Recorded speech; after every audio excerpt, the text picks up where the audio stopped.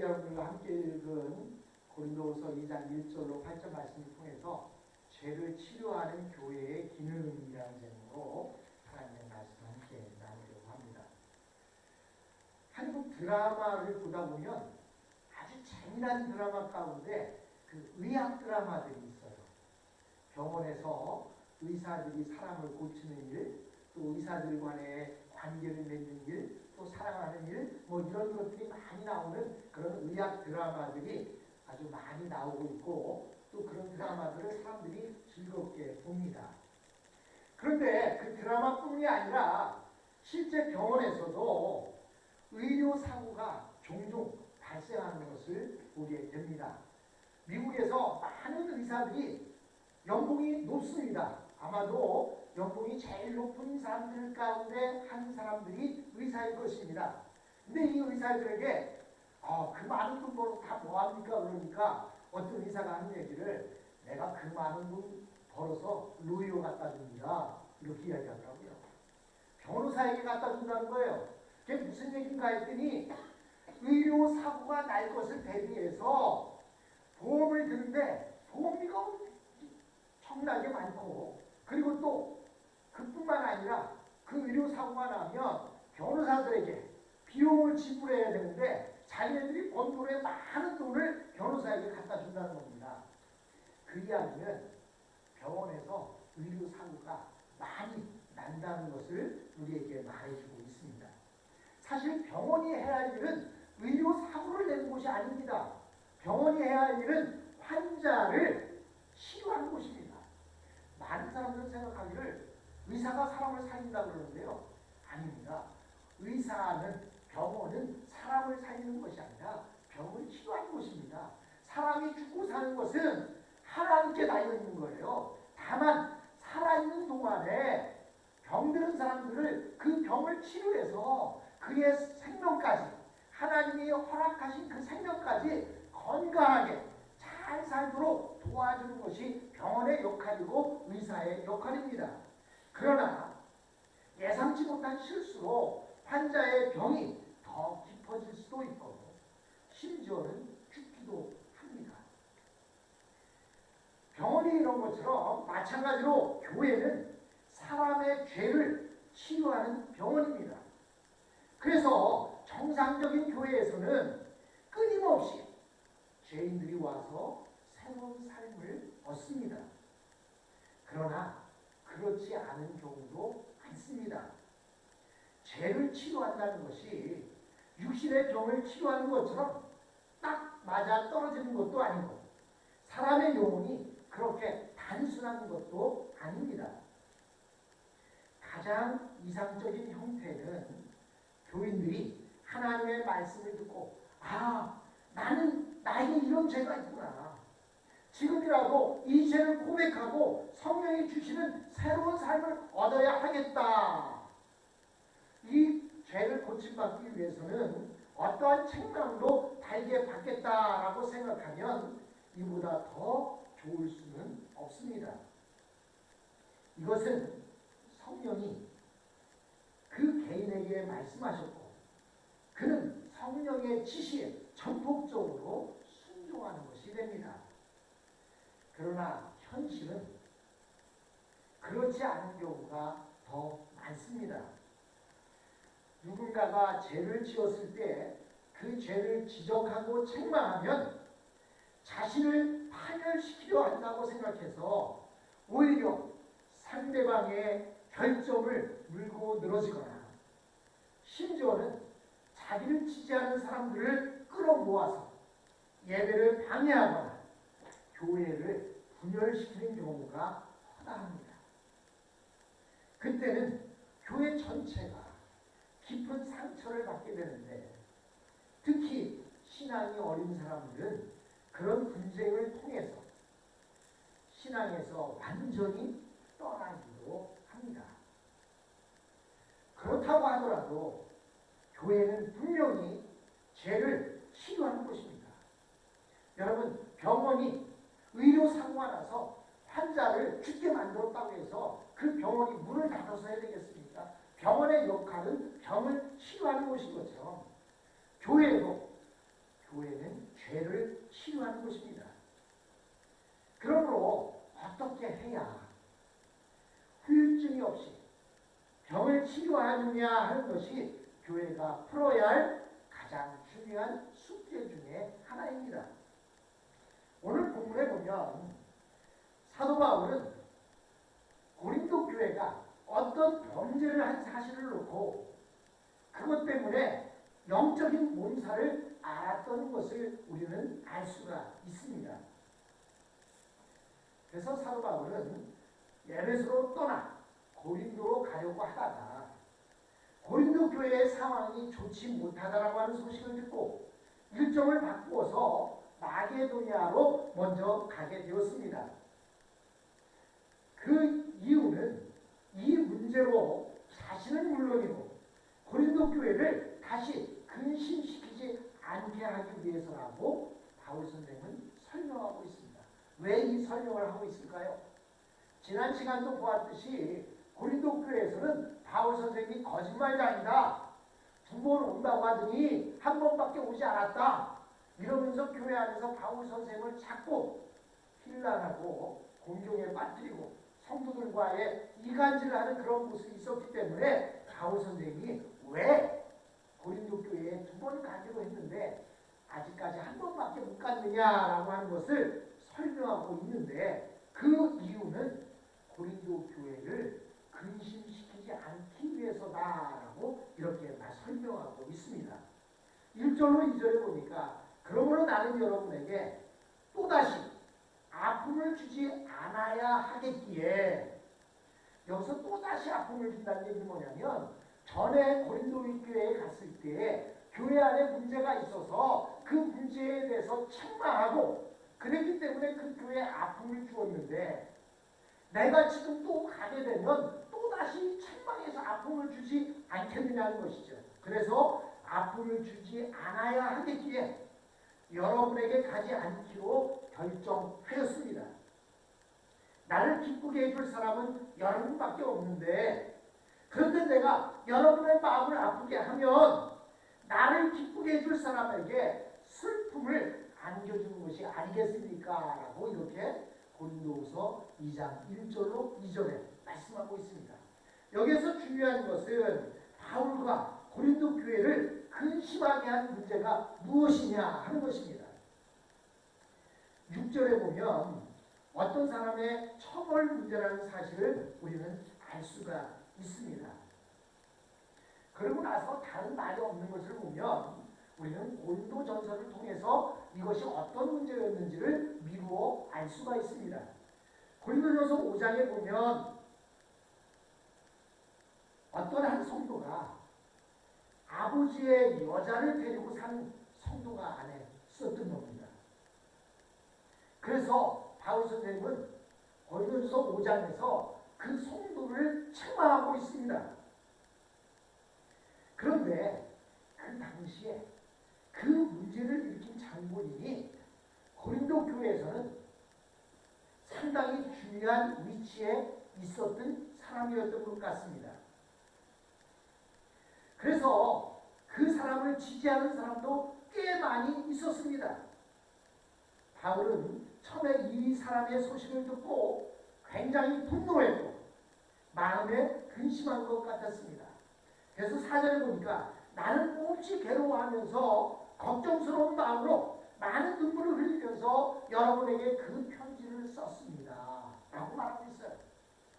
즉 바울 선생님이 아무런 사랑 없이 그 잘못만 책망하는 것이 아니라 나는 그 잘못된 일을 보면서 몹시 괴로워하면서 걱정스러운 마음으로 많은 눈물을 흘리면서 여러분에게 그 편지를 썼던 것입니다. 라고 4절에 말하고 있습니다. 사도 바울은 이 편지를 써서 은행을 한 사람을 바로 잡으려 했던 것이 의도대로 잘 되지 않았던 것입니다. 그 사람을 바로 잡으려 했던 것이 고린도 교회 전체를 큰 소용돌이에 빠지게 만들었고 적어도 바울이 에베소를 떠날 때까지 그 소용돌이가 보니까 진정될 조짐이 보이지 않았던 것입니다. 어떻게 해서 이런 일이 일어납니까? 그것은 그 사람이 자신의 잘못을 인정하지 않고 오히려 자신의 잘못을 바로 잡으려고 한 사람들의 그 잘못을 걸고 넘어졌던 것입니다. 사실 세상 사람들은요, 죄를 지어도 그 죄에 대해서 자신들의 자존심 때문에 그것을 쉽게 인정하지 않으려고 합니다. 그래서 자신이 잘못했다고 생각해도 자신의 잘못을 인정하기보다는 그 잘못을 지적하는 사람의 잘못을 들춰내면서 자신의 마음의 문을 닫고 방어하고 오히려 공격할 자세를 취합니다. 근데 여러분, 신앙 없는 사람들은요, 자신의 죄를 떠벌리고 다니는 경우들이 많이 있어요. 자신이 어떤 잘못을 하고도 그것이 엄청난 자기가 잘한 일이냐, 내가 말이야 왕년에 이런 죄를 졌다고 하면서 그것이 엄청나게 잘한 일처럼 떠벌리는 사람도 있긴 합니다. 그러나 신자들은 죄의 의미를 너무나 잘 알고 있기 때문에 이를 감추려고 하고 은폐하려고 합니다. 그래서 겉으로는 아무런 표시도 안 나기 때문에 사람들은 모르고 있지만 속으로 죄는 공고 있는 것입니다. 사도 바울이나 고린도 교회가 처한 문제는 음행을 행한 그 사람을 섣불리 바로 잡으려고 하다가 교회와 사도 모두가 시험에 빠진 경우라고 볼 수 있습니다. 사도 바울은 처음에 고린도 교회가 이 사람의 문제를 덮어두려고 한 줄만 알고 편지를 통해 심하게 책망했고, 그 책망을 들은 고린도 교회는 하나님의 말씀에 순종하고 바울의 지시에 순종하려다가 시험에 빠진 꼴이 되고 말았습니다. 결과적으로는 문제는 심각해졌지만 바울은 고린도 교회가 하나님의 말씀에 순종하려고 한 그 시도에 대해서는 깊이 감사하며 기뻐했던 것입니다. 그래서 2절에 보니까 내가 여러분의 마음을 아프게 한다면 나를 기쁘게 해줄 사람들에게 슬픔을 안겨주는 셈이 되지 않겠습니까? 라고 말하고 있습니다. 결국 바울이 아직 해결되지 않은 이 문제에 자기가 다시 뛰어들어서 잘잘못을 따지면 누가 좋아하겠느냐라고 하는 이야기입니다. 어쨌든 이 문제를 일으킨 장본인은 바로 마귀라는 것입니다.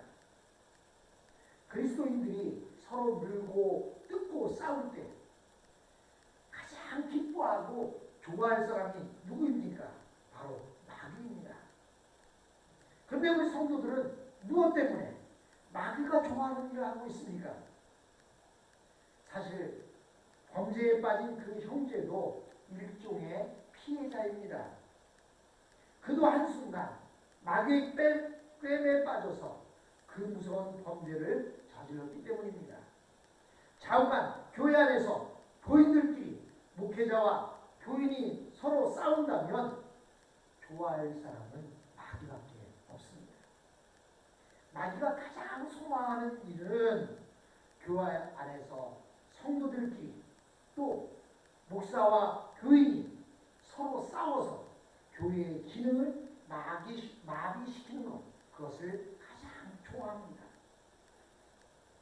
그러므로 우리 그리스도인들이 하나가 되는 것은 권력도 아니고 돈도 아니고 오직 겸손입니다. 교회가 영혼을 치료할 수 있는 기능을 빼앗기지 않으려면 우리는 처음부터 복음의 나팔을 분명히 불어야 합니다.